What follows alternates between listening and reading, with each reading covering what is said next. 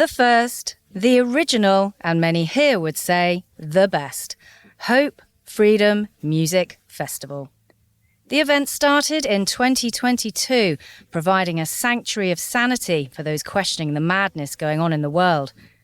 Now, in its fourth year, and having inspired many other freedom festivals in the UK, it's still regarded by many as the original outdoor home for those seeking truth, like-minded people, music, and fun. Organisers Sadie Single and Katie Jo Murphin and the huge team that makes up Hope worked tirelessly all year to make the event happen. Battling against the COVID insanity may have been the original reason for Hope, but now it's not about fighting. I think the whole point of Hope and creating community is a transition away from mainstream society to create something else that's completely different. It's what we want. It's our society, surrounded by the people that we love and we want. Growing food and educating our children in our vision is what we want. I've spent a lot of my life fighting against the system, and I've realised after quite a long time that it's actually completely pointless. You just need to create your own system entirely, and that's really what we're doing at Hope. If there were more places like this, then there would be more places for people to go, and we'd just grow bigger and bigger and stronger and stronger.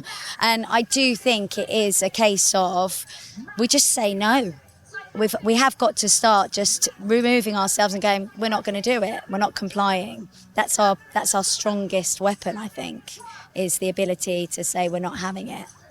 Doing our bit for freedom and truth, of course, UK Column. The team took over the Hope Talk tent for the whole day on Saturday. 7 hours of presentations, a live recording of UK Column news, and Q&A with a very switched-on audience. It was informative, inspiring, uplifting, and it certainly hit the spot. The tent was packed all day.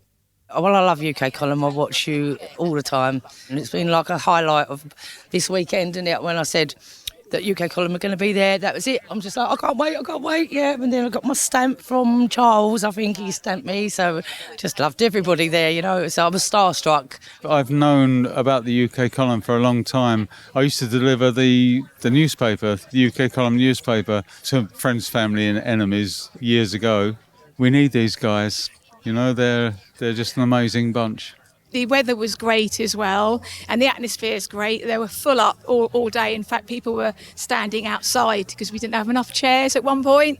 I think the way they focus on their different topics and those different aspects are actually quite interesting, because there's always things you never really, thought about. Having that ability to actually speak to the people afterwards, I think, is quite important. They were different talks, so I don't think anyone's heard them before. They were kind of different subjects, and Brian's was really good because it was quite spiritual, and there was quite a lot in there that he hadn't said before.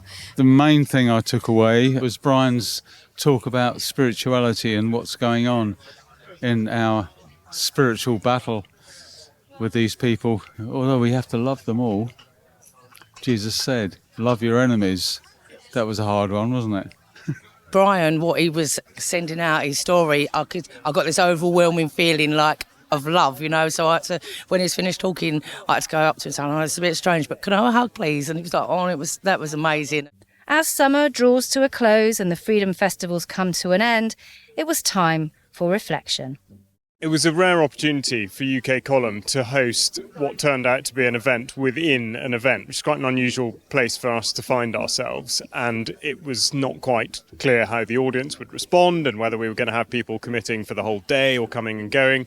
But as it was, we put on a packed programme, including a news and an extra, and it was terrific because you get that direct sense of engagement. Everybody had questions at the end of their presentations. There was a really great level of participation and indeed encouragement of the speakers to go into topics that they might not have otherwise covered. So I think the format of being able to run the talk tent here was just something that worked really, really well. It absolutely packed. It's been amazing to see so many people, so many really engaged viewers, members, great questions. It's really important to have these, to find people that are like-minded and to kind of build the network, because the events of the past few years have made so many of us lose friends and family, and contacts. And so for me, after going to a couple of the summer, meeting new people and then seeing the same couple of the same people that are now new friends for the second time. And then we see that we're not alone. I think we always need festivals.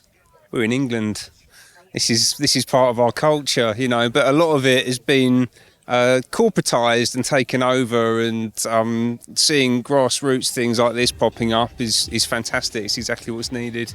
This event and all these other events like it kind of grew out of the kind of COVID crisis, you know, the health freedom, the anti-lockdown. None of this would have happened. None of this would have existed. Maybe this school wouldn't be here if that hadn't happened. So it's still here 4 years later, and so it's changing and evolving and developing. But the main thing is that it's parallel to the mainstream, and that's what we need to do, is build parallel organizations, parallel events, parallel media, parallel communities, parallel commerce and business. What they've done at Hope is fantastic.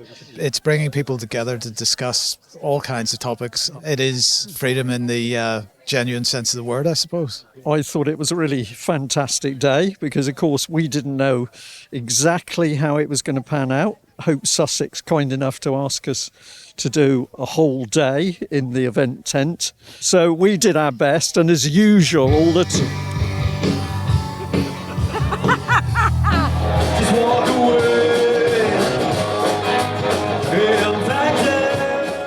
The next event in the UK column calendar is our very own conference in York on the 18th of October. Tickets have nearly sold out. It's clear people want to be with like-minded souls. That connection and community was certainly provided this weekend, and it's definitely something UK column will be doing in York in October. We'll see you there. Gemma Cooper for UK column at Hope Freedom Music Festival.